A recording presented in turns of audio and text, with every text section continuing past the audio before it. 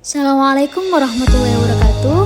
Hai semuanya, perkenalkan nama saya Ruqyatul Ainul Jamil, mahasiswa Magister Program Studi Ilmu Al-Quran dan Tafsir Universitas Islam Negeri Madura. Pada video kali ini saya akan menampilkan praktik mengajar mata kuliah pembelajaran tafsir berbasis teknologi sebagai bagian dari tugas ujian akhir semester. Semoga video ini bisa memberikan gambaran dan inspirasi tentang bagaimana pembelajaran tafsir dapat dikembangkan di era digital.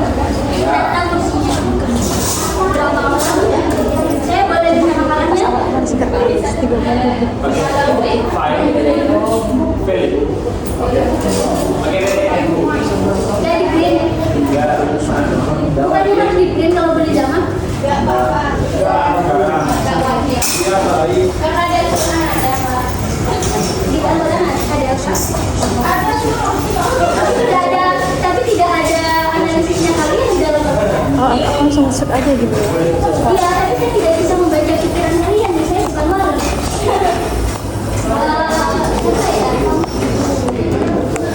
Di sini yang namanya dari apa? Ini saya cek kamu ya, nanti kirimin PDF.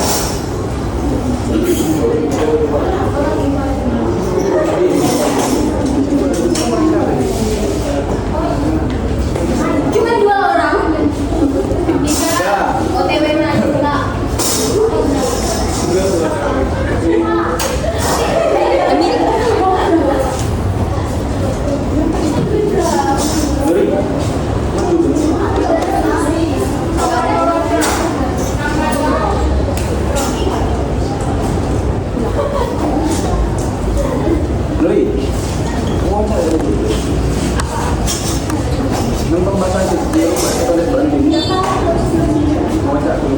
Bisa dikirim makanannya tuh.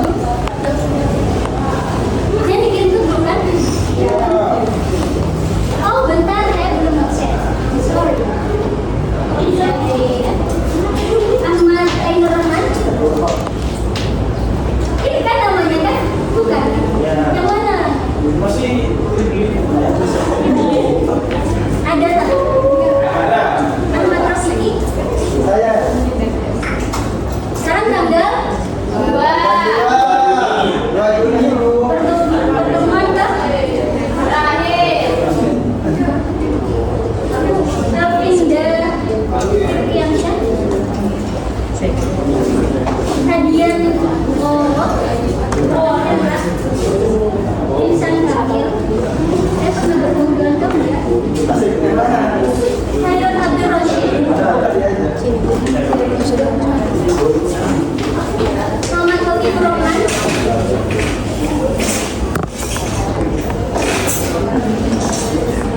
Nizar Rifan, mana Pak Rifan? Alvan Rizky, Muhammad Robi, Sayu Nabiji. Saya itu dia menjadi kata apa? Jadi ini saya putih kamu. Zaidan Hakim, Zaidan Hakim,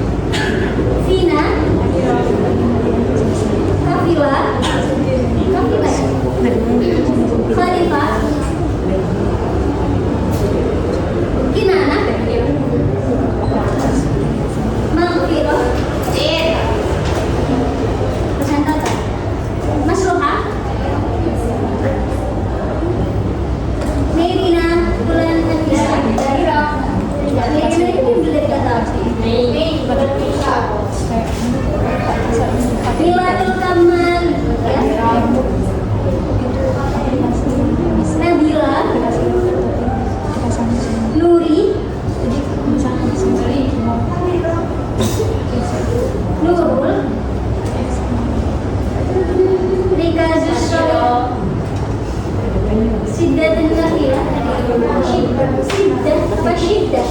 Syiddah kalau bahasa Arabnya kan ya. Sofa, hadiraba, sih. Oke, siapa yang mau jadi moderator? Biasanya ada moderatornya kan? Ya. Moderatornya diambil dari kelompok sebelumnya, apa setelahnya, apa sukarelawan? Sekelompok. Oke, nggak bagi semua. Kemana? Perwakilan. Oke. Muncul moderator.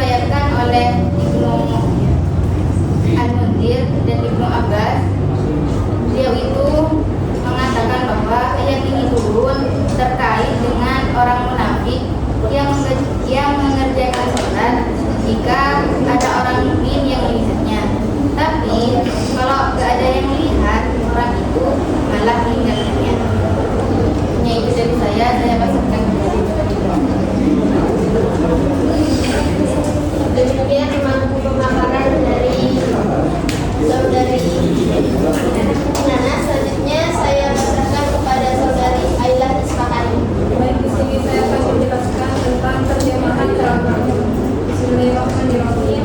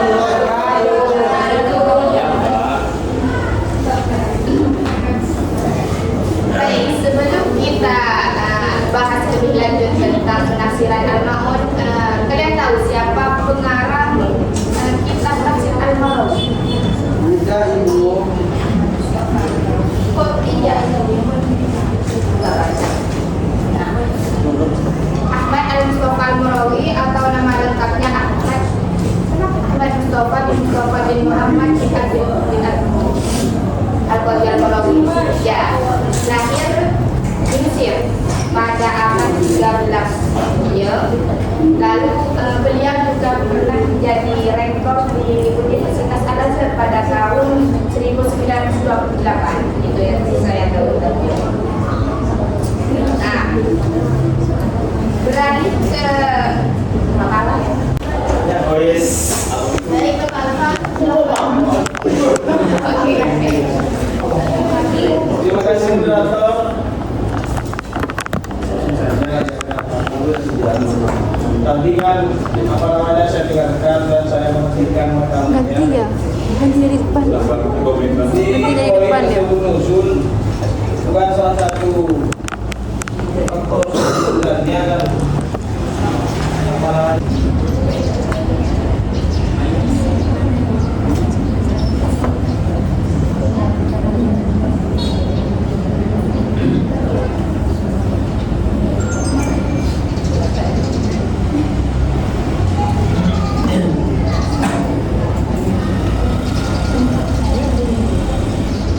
Ya, Palestina.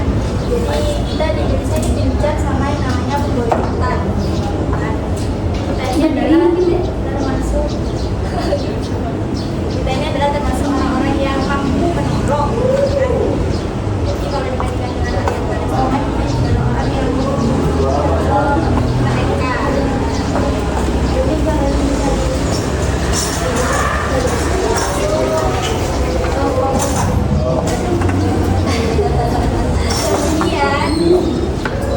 kita yang bantu dengan cara berdoa misalnya. Kemudian berkaitan dengan yang pemboikotan ini kan ada bagaimana produk-produk yang mendukung Israel itu masih beredar di negara kita dan kadang kita juga entah kita tahu tapi tetap membeli atau kita tidak tahu. Itu bagaimana? Apakah dengan tidak mendukung pemboikotan atau kita tetap membeli barang-barang yang diboikot tersebut, kita termasuk orang-orang berdusta agama tadi yang akhirnya itu bagaimana pendapat kelompok lain?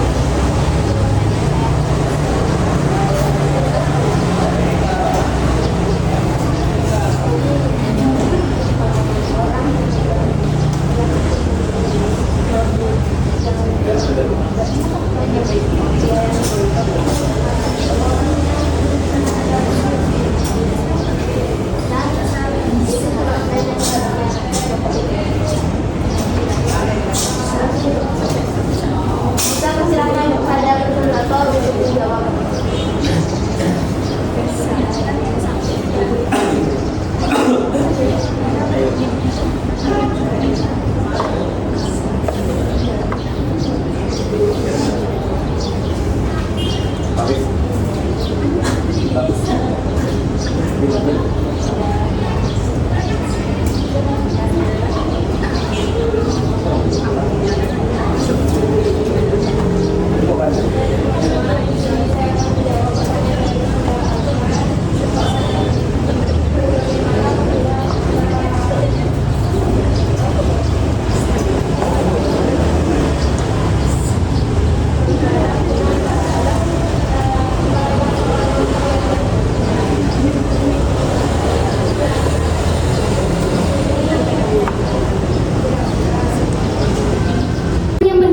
Menjelaskan tentang pembalasan terhadap orang kafir, tapi siapa? Tapi orang muslim yang bisa saja celaka. Celakanya karena apa? Pertama, enggan berbuat baik. Yang kedua, sholatnya lalai, sahun. Dalam tafsir Quraisy Shihab, saya juga membaca tafsir Al-Marawi. Tapi menurut saya, tafsir Quraisy Shihab itu bisa dijadikan sumber sekunder dari kalian. Sumber primernya kalian memang Al-Marawi, sebagaimana yang ditentukan oleh Ibu Lizama. Tapi ketika kalian lebih luaskan lagi, tidak esensi dari sujud, tidak memahami dari esensi sholat, sehingga ketika dia hanya tadi. Nah, dari surat Al-Ma'un ini setidaknya jadi acuan, jadi gambaran kalian dalam beribadah. Dengan artian, jadilah kalian manusia yang tidak hanya beribadah oleh ini, kan? Bisa ada juga ada bisa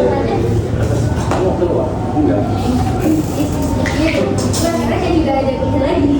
Udah kan, masih apa? Udah, masih apa? Bukan,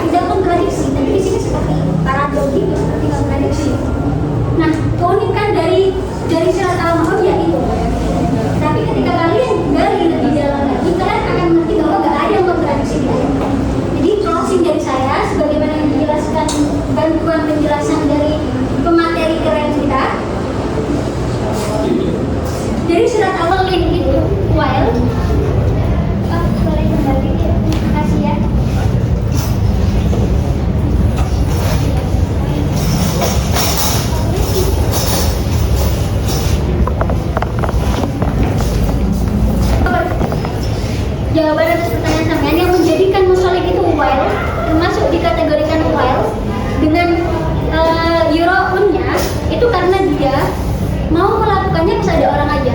Ketika tidak ada orang, dia meninggalkan. Jadi beda konteks dengan pertanyaannya sampai. Oke teman-teman,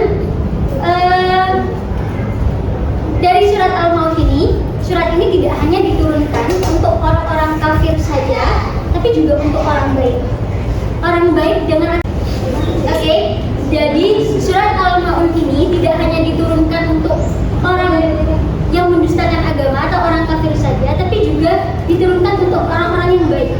Dengan artian ayat ini menjadi pengingat bagi orang baik agar mereka tidak hanya menjadi manusia yang beribadah di atas sajadah, tapi juga menjadi manusia yang bermanfaat